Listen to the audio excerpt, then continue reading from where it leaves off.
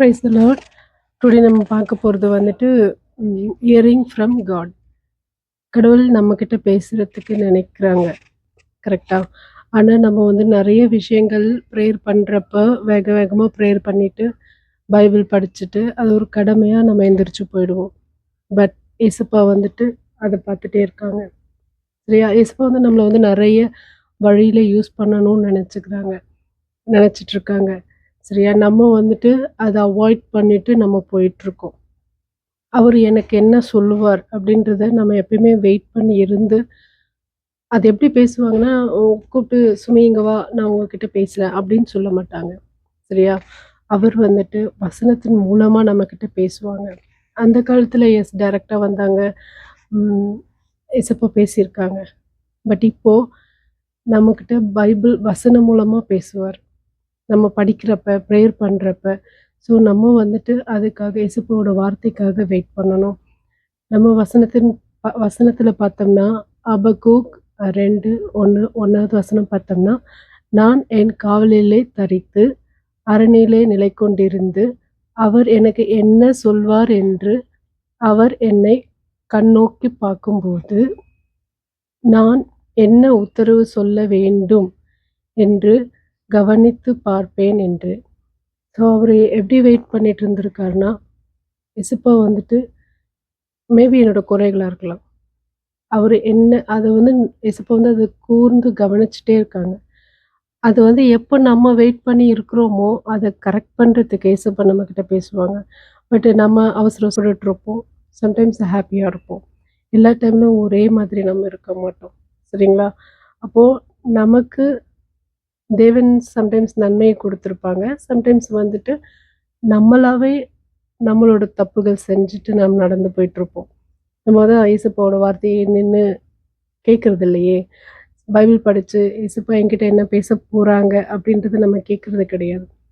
So வாழ்க்கையில வந்து 2 கஷ்டங்களும், இன்னொன்னு ஹேப்பியஸ்ட் வே அப்படியும் வாழ்ந்துட்டுருக்கலாம். இருந்தாலும் நம்ம வந்துட்டு ஹேப்பியா இருக்கிறப்ப மட்டும் ஏசப்பா கிட்ட பேசாம, நம்ம கஷ்டப்படுறப்ப தேவனுடைய பிள்ளைகளோட குவாலிட்டி என்னன்னா, அவரோட வார்த்தைகளை கேட்கிறது.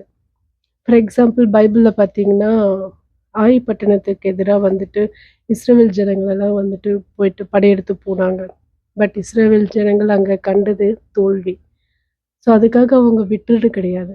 இயேசுவ என்ன பண்ணாங்க, இத கேட்ட உடனே ரொம்ப கஷ்டப்பட்டு மன அழுத்தத்தில இருந்து அவரு வந்துட்டு அவரோட வஸ்திரத்தலாம் கிழிச்சுக்கிட்டாங்க. பட் அவங்க அது திரும்பவும் உடனே படையெடுத்து போணும், இன்னும் நெறைய பேர கூட்டிட்டு போணும் அப்படின்னு அவங்க எதிர்பார்க்கல. ஏசப்பாவோட வார்த்தை என்ன? அவர் என்ன சொல்ல போறாரு? அப்படின்றதுக்காக அவரு வெயிட் பண்ணிட்டு இருந்தாங்க. அதுக்கப்புறமா அவரோட தவறு என்னன்னு புரிஞ்சுக்கிட்டாங்க இஸ்ரவேல் ஜனங்கள். எல்லாத்தையும் எல்லாத்தையும் சரி பண்ணிக்கிட்டாங்க.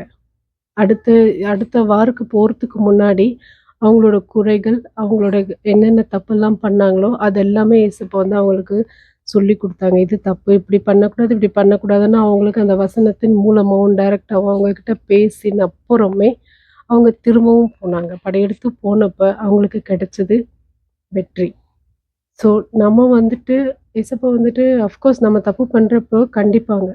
நம்மளோட அப்பா மாதிரி, அம்மா மாதிரி கண்டிப்பாங்க. அந்த கண்டிக்கிறப்போ, அது வந்துட்டு "ஏசப்பா என்ன இப்படி கண்டிக்கிறீங்க? நான் ஏன் இப்படி கஷ்டப்பட்டுட்டே இருக்கேன்? நான் ஏன் ஃபீல் பண்ணிட்டே இருக்கேன்? எனக்கு எந்த நான்" ஐ மீன் ஃபார் எக்ஸாம்பிள் இப்போ வந்துட்டு மணி வைஸ்ல பார்த்தோம்னா நம்ம நல்லாருப்போம். பட் ஹெல்த் வைஸ்ல பார்த்தா நம்ம ரொம்ப லோவா இருப்போம் இல்லையா? ரொம்ப டவுனா இருப்போம். ஸோ இது 2மே இருக்கிறப்போ, நம்ம ஏசப்பா கிட்ட ப்ரேயர் பண்ணணும். பணம் குடுக்குறாங்க, ஹேப்பியஸ்ட்டா தேங்க்ஸ் சொல்லலாம். நானு அன்ஹெல்த்தியா இருக்கிறேன்னா, நம்ம திரும்பவும் கடவுள்கிட்ட கேட்டு, "ஏசப்பா இதால காரணங்கள் என்ன? ஏசப்பா எனக்கு ஹெல்ப் பண்ணுங்க. நான் ஹெல்த்தியா இருக்கணும்னு ஆசைப்படுறேன்." கேளுங்க. இது எல்லாத்துக்குமே நீங்க ஏசப்பா கிட்ட கேட்கலாம். ஏசப்பா வந்துட்டு கேட்டா மட்டும் தான் குடுப்பாங்க. கேட்கிறத ஏசப்பா வந்துட்டு ஜெபத்தின் மூலமா கேளுங்க. ஏசப்பா குடுப்பாங்க. அவரோட பைபிள் வசனத்தின் மூலமா வெயிட் பண்ணுங்க. சரிங்களா? வசனத்த கேளுங்க. அப்ப கேட்டா மட்டும் தான் அந்த வசனத்த கேட்க கேட்க நமக்கு வந்துட்டு இப்ப நான் ஃபார் எக்ஸாம்பிள் வந்துட்டு 91 சாம்ஸ் எடுத்து படிக்கிறேன்னு வச்சுக்கோங்களேன். நான் அது ஃபுல்லா படிப்பேன். பட் எல்லாமே ஈச் அண்ட் எவ்ரி வேர்டும் நமக்கு வந்துட்டு ஆன்ஸர் குடுக்கணும்னு இல்ல. சரிங்களா? அப்போ நமக்கு என்ன பிரச்சனையோ, அந்த சாப்டர்ல இருந்து ஒரு வசனம், ஒரு வேர்டாவது நமக்கு வந்து டச் ஆகும். அதுதான் ஏசப்பா நம்மகிட்ட பேசுற வார்த்தை. ஸோ எப்பயுமே ஏசப்பாவோட ஹியரிங் ஃப்ரம் காட் அப்படின்னா, ஏசப்பாவோட வசனத்த கேட்கறதுக்கு நம்ம எப்பவும் பொறுமையோட, அமைதியா இருந்து ஏசப்பாவோட வசனத்த படிச்சோம்னா, ஏசப்பா நம்மகிட்ட பேசுவாங்க. நம்மள வழிநடத்துவாங்க. Praise the Lord. ஆமென்.